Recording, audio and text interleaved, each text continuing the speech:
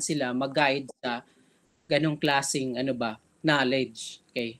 And yun nga, mag-uumpisa pa rin yun, sa atin pa rin yun. So tayo dapat is nagko-cultivate ng spiritual knowledge. Okay?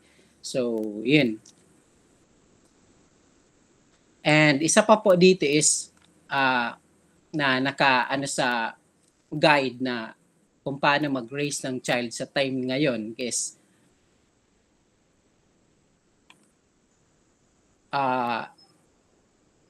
kailangan, ang sabi po dito is at sa age ng ng bata na from 1 to 5, okay, yun yung stage na kung saan i-show mo sa kanila yung affection, iyayakap mo sila, tapos nilalambing-lambing mo sila.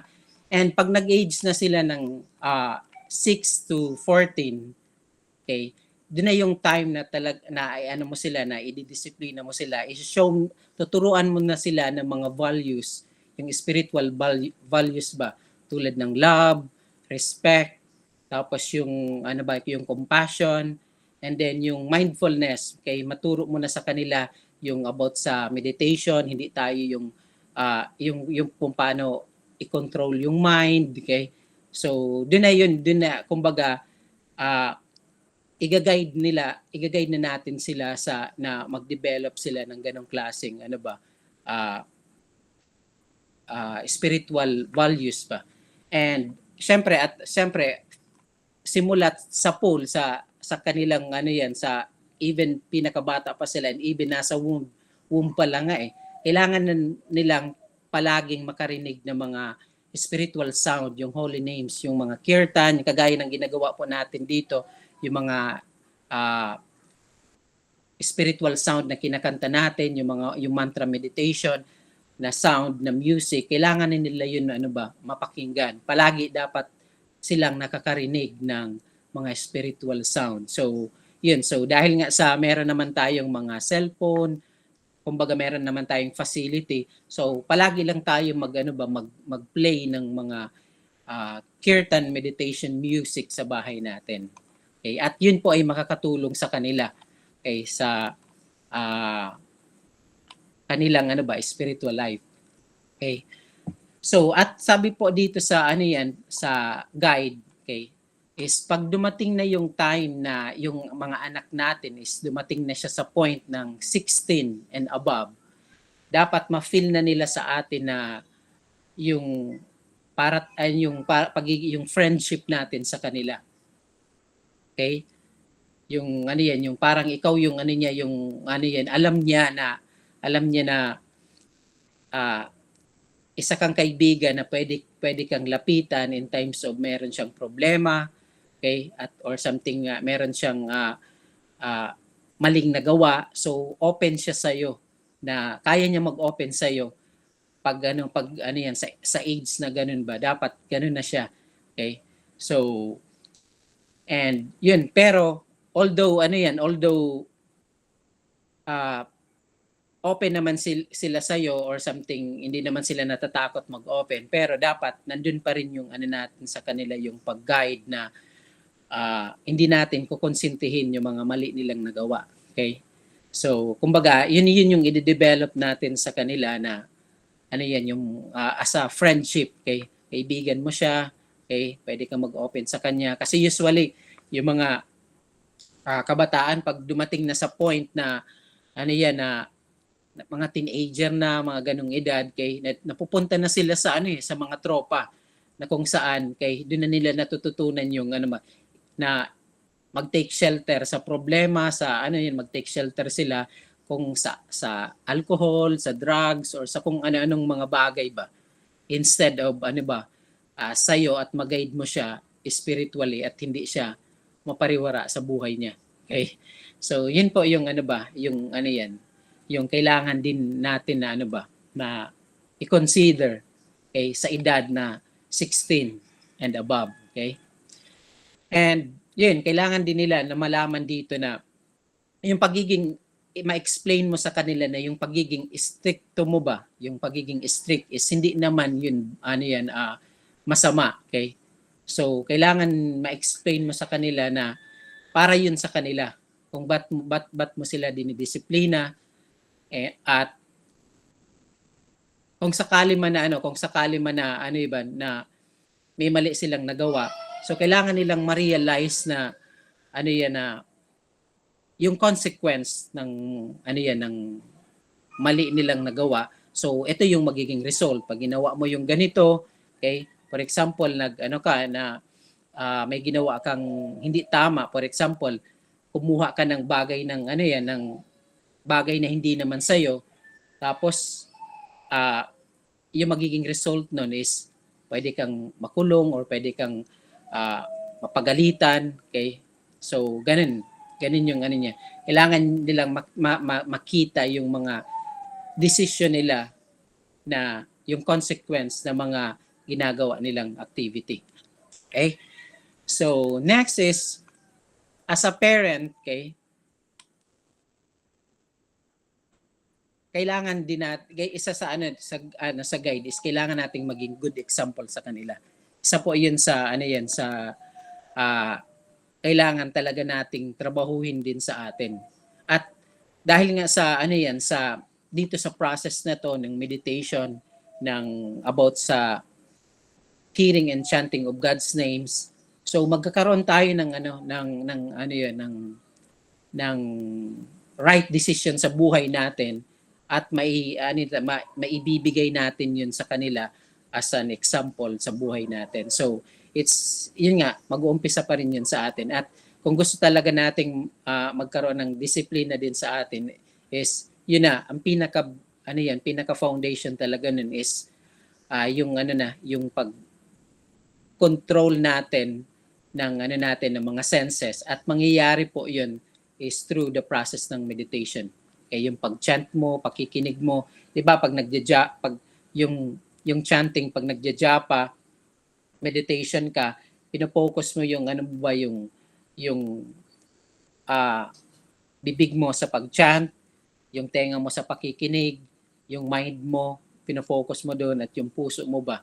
So sa pamamagitan po nito is magkakaroon tayo ng ng disiplina sa natin ba sa buhay natin. Kasi yun yung tutulong Yun yung tutulong sa atin, yung holy names.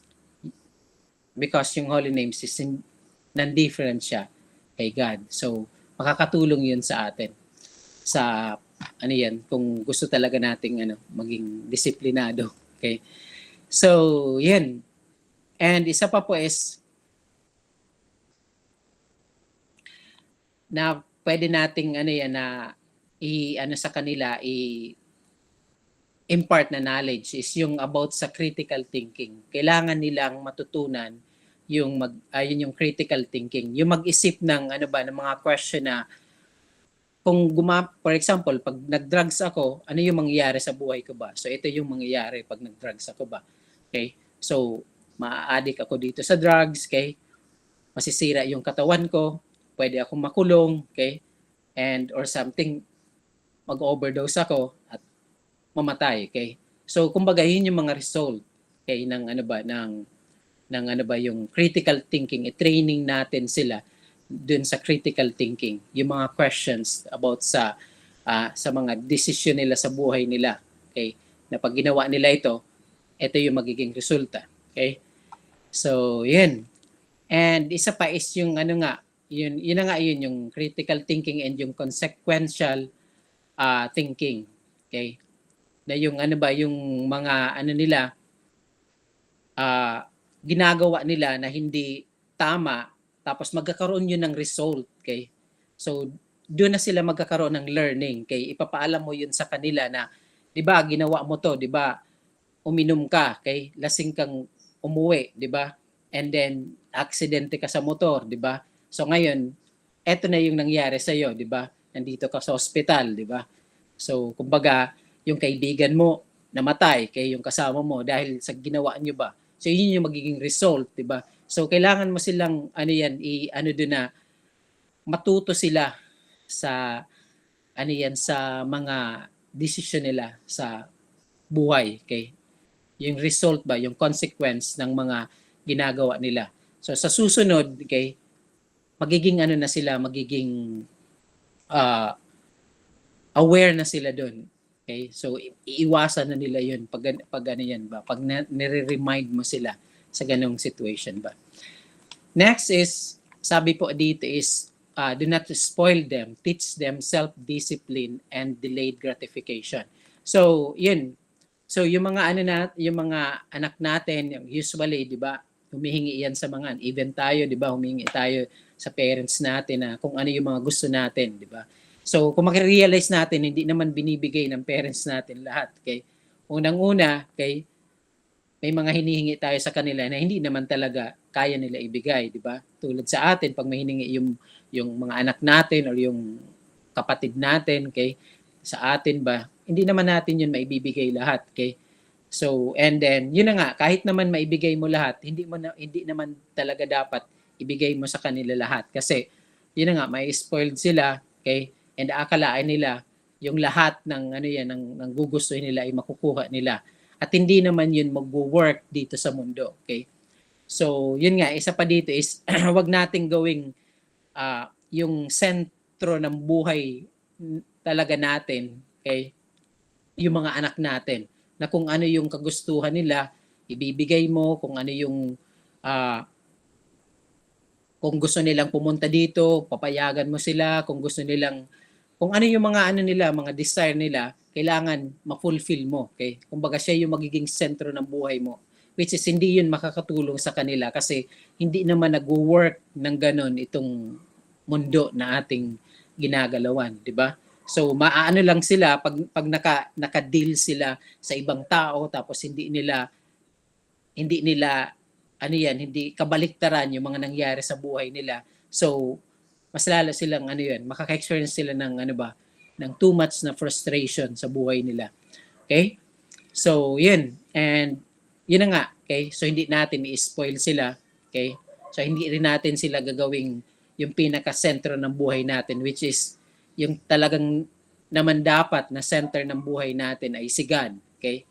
So, and then yung ibig sabihin actually ng family, yung family ba, okay? Nagmamahalan yung bawat isa sa pamilya. Kumbaga, nagmamahalan sila na yung center ng buhay nila ay si God. Yun yung ibig sabihin ng ano ba, ng ano yan, family. Okay, yun yung real family. Loving God together. Loving each other as a servant of God. Okay, yung tingin mo sa kanila is they are servant of God. Okay, yung tingin din nila sa iyo is servant ka rin ni God. So nagmamahalan yung buong family as a servant ni God. So yun yung talaga yung real na ano ba na family life. Okay? So yan. And isa pa po dito is yun na nga, hindi natin sila tuturuan natin sila na hindi sila maging ano ba self-centered. Okay? Lalo na ngayon na sa social media, okay? Lahat is look at me, 'di ba? Magpo-post, ano yan sa TikTok, i-show nila yung ano nila, yung kung ano man magpapasikat sila, okay? So, kumbaga, kailangan natin sila mag-guide na hindi naman talaga dapat sila maging self-centered, okay? So, kumbaga yung mundo, okay, hindi umiikot sa kanila, okay? Kumbaga, hindi lahat ng kagustuhan nila ay mangyayari. So, kailangan nila yun ma-realize. Kailangan nila yun even sa atin ba, sa buhay natin. Okay? Napakalaking ano ba na tulong sa atin if ma-realize natin to na hindi tayo dapat maging self-centered. Okay? Kasi hindi naman talaga tayo magiging maligaya dun pag naging self-centered ka. Yung sarili mo lang yung iisipin mo, yung ano mo lang yung iisipin mo, yung happiness mo, okay? Okay? Hanggang na dumating ka sa point na maaano mo na yung iba, maagrabyado mo na yung iba, mapaligaya mo lang yung sarili mo. So hindi yun yung formula ng happiness, okay? Yung formula ng happiness is maging servant tayo ni God at yung loving service natin kay God is mabe-benefit naman yun lahat, okay? Ng living entity. Okay? So yun. So, and isa pa is dito sa guide na binigay po sa amin ng aming mga meditation teacher is never discipline them out of anger. Okay? So, bakit hindi natin sila disiplina na talagang ano yan, yung dahil lang sa bad trip tayo sa kanila, galit na galit tayo sa kanila, na dumarating pa sometimes sa point na gusto mo silang sapakin or suntukin, 'di ba, sa sobrang galit mo. Kasi yun na nga yun eh, pag ano yan, pag galit tayo, yung intelligence natin is nawawala. Okay? Okay? When kumbaga pag sorry. Okay? Pag galit na galit yung isang tao, nawawala yung kanyang ano ba, yung kanyang ano ba, intelligence. Okay? That's why kaya nga may nangyayaring mga bakit nitong tao na to mabait naman to eh, pero kumbaga sa sobrang ano na nasagad na siya, nawala na siya ng intelligence, napatay niya yung ano ba, itong tao na to na ano ba. So kumbaga, yan na nga yun yung ano ba, yung kailangan nating ano ba, kailangan pag nagdisiplina tayo, hindi dapat yung out of anger lang, na bad trip ka lang, gusto mo lang silang anuhin, okay? Pagsabihan ng hindi maganda. So, yun, mas lalong ano ba, mas hindi yun ano ba, hindi yun maganda sa well-being nila. So, kailangan nating pag-isipan ng maayos, and then kailangan nating ng spiritual ano ba, spiritual guide kung ano yung ano natin, yung kung ano yung dapat nating gawin, sasabihin sa kanila. Okay? And yun na nga, so hindi naman tayo perfect, hindi naman sila perfect, but pwede tayong mag-ask ng guidance kay God na ano ba yung ano yung kailangan kong sabihin sa kanya, ano ba yung ano yan, yung kailangan niyang ano ba, niyang malaman, okay, in connection sa situation niya, 'di ba? So, yun, mangyayari yun pag palagi tayong nagpa-practice ng meditation. Okay? Pag palagi tayong nagpa-practice ng meditation, maririnig natin si God sa puso natin ba kung ano yung dapat nating sabihin sa kanila, kung ano yung dapat na way para i-guide sila. Kasi kung tayo lang, wala tayong guide, wala tayong spiritual guide, hindi yun hindi walang mangyayari sa kanila, 'di ba? Na maganda actually. Kasi yung totoong ano yan, yung totoong care is rooted siya sa pagmamahal ni God, okay? So dapat maging ano tayo, maging medium tayo ng pagmamahal ni God towards sa iba. So, yun na nga yun yung ano ba. So, kailangan nating ano ba, kailangan nating guidance sa perfect supreme being, okay? So, yun. And yun. Meron pong ano, sana na i-deliver ko po na maayos yung ano ba, yung itong knowledge na to na na-receive ko sa inyo. And yun yung ang ano natin, sabi nga ng ano ng spiritual teacher namin, kung mahal mo sila is i-give mo sa kanila si God, okay?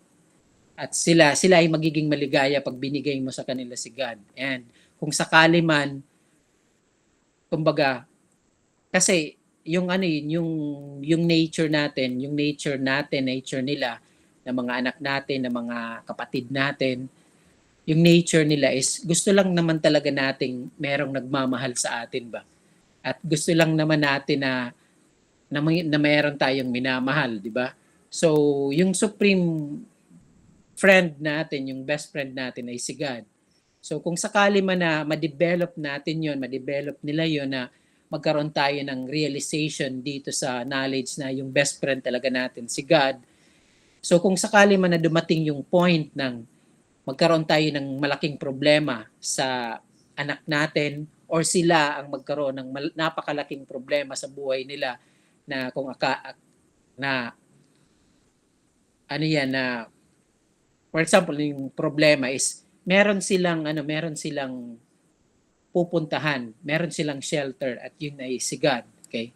At kung sakali man na mag-take shelter talaga sila kay God, and then hindi sila magsasuffer dun sa problema na na-experience nila. Matatranscend nila yun, ma-overcome kaagad nila yun sa pamamagitan ng pag-take shelter kay God. Kumbaga, hindi na magiging big deal sa atin, sa kanila, yung mga problems natin dito sa mundo. Okay? So hindi na siya magiging big deal. Okay? Kasi palagi tayong merong friend na kumbaga na ano yan, na kung meron tayong friend na kung saan tayo ay nagte-take shelter at yun ay si God. So, yun. So, and kung sakali man, so, 'di ba? Alam natin na ano yan, na ano yan, yun nga yung reason kung gusto natin silang madisiplina dahil mahal natin sila, meron tayong care sa kanila. At kung sakali man na ano ba na dumating yung time na hindi na natin sila mag-guide, okay? For example, nagkasakit ka or dumating na sa point yung lifespan natin, okay? Maputol na, 'di ba? At the time of death, okay? Bata pa yung anak mo, hindi mo na sila mag-guide. Kailangan nating tandaan na merong person na talagang nagmamahal sa kanila na higit pa sa atin. Okay?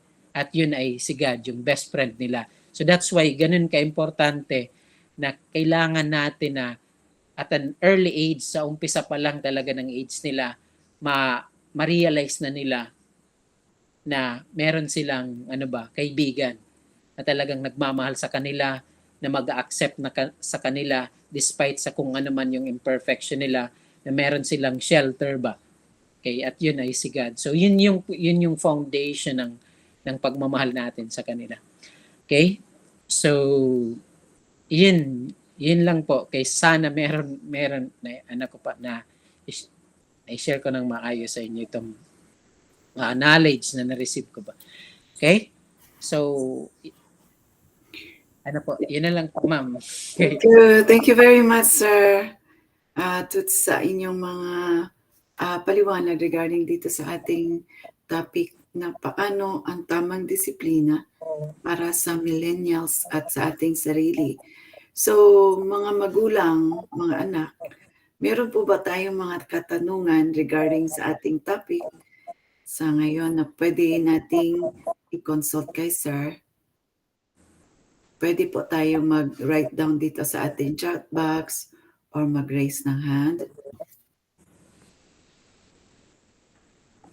Anyone?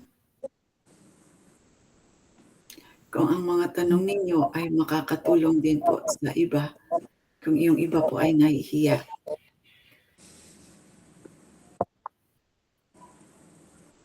Okay, si ma'am.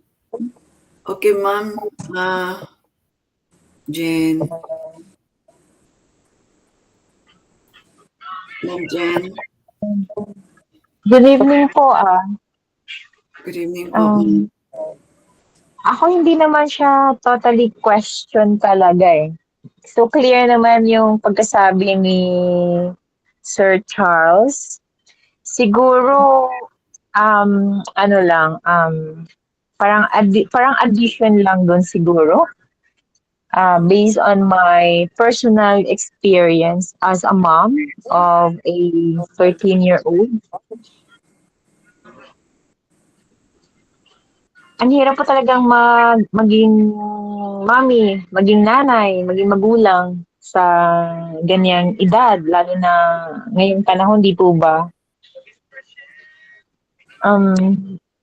Siguro yung maidagdag ko doon, ang i-share ko man lang is, tama po yung sinabi ni Sir Charles na una, kailangan nating mag-set na example, tayong mga magulang. Tapos, yung pagkasabi niya na introduce din natin kung sino si God sa life nila, which is pinaka-importante yun, based on my experience.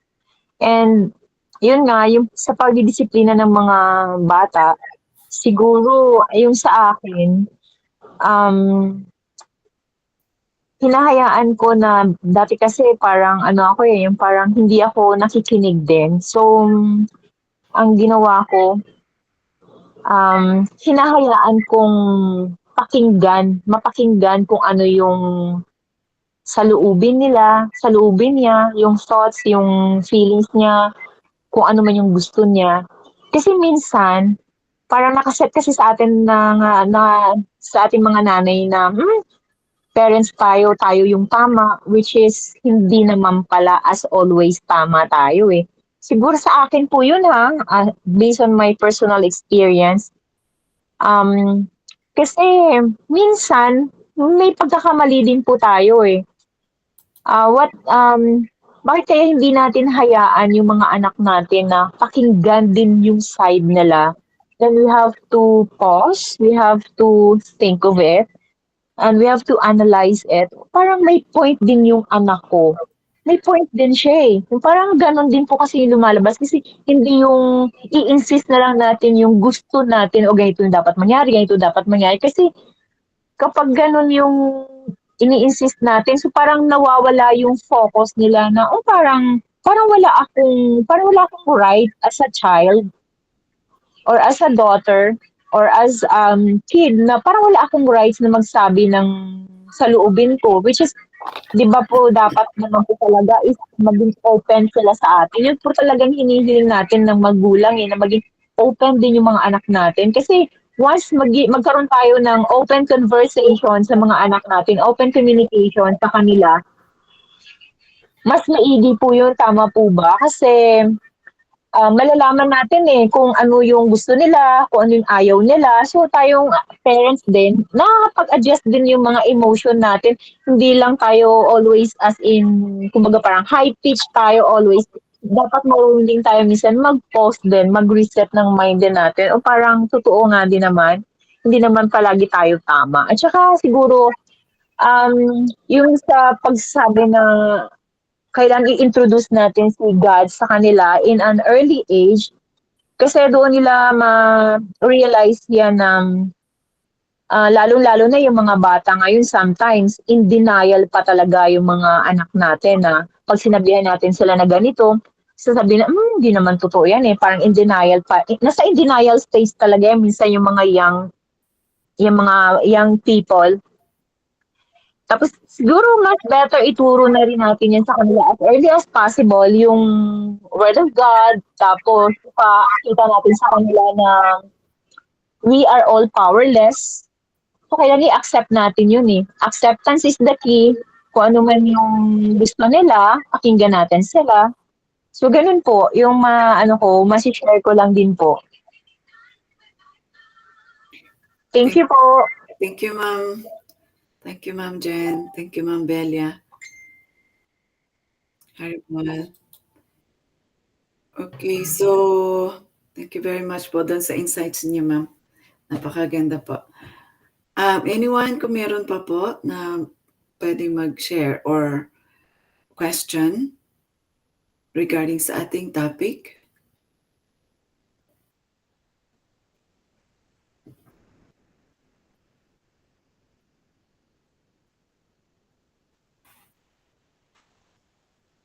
Okay, so baka wala na. Magkirta na ulit tayo. Thank you very much. So, gusto niyo ba, sir, magkirtan ulit or ako na lang magkirtan? Ayun na lang po, ma'am. Ayun na lang. Sige po. Thank you po. So, inaanyayahan po namin kayo ulit next Saturday. Ibang topic na naman po ang ating tatalakayin. Advance invitation lang po. Please join me in my short kirtan. Hare Krishna, Hare Krishna, Krishna Krishna, Hare Hare, Hare Rama, Hare Rama, Rama Rama, Hare Hare, Hare Krishna, Hare Krishna, Krishna Krishna, Hare Hare, Hare Rama, Hare Rama, Rama Rama, Hare Hare, Hare Krishna, Hare Krishna, Krishna Krishna, Hare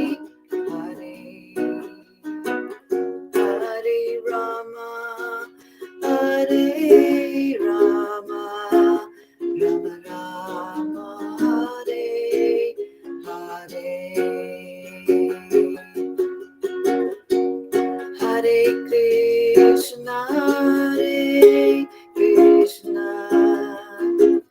Krishna Krishna, Hare Hare, Hare Rama, Hare Rama, Rama Rama, Hare Hare. Hare Krishna, Hare Krishna, Krishna Krishna, Hare Hare, Hare Rama, Hare Rama, Rama Rama, Hare Hare. Hare Krishna, Hare Krishna, Krishna Krishna, Hare Hare, Hare Rama, Hare Rama, Rama Rama, Hare Hare. Hare Krishna, Hare Krishna, Krishna Krishna, Hare Hare, Hare Rama, Hare Rama, Rama Rama, Hare Hare. So, Haribol, magandang gabi po ulit sa inyong lahat.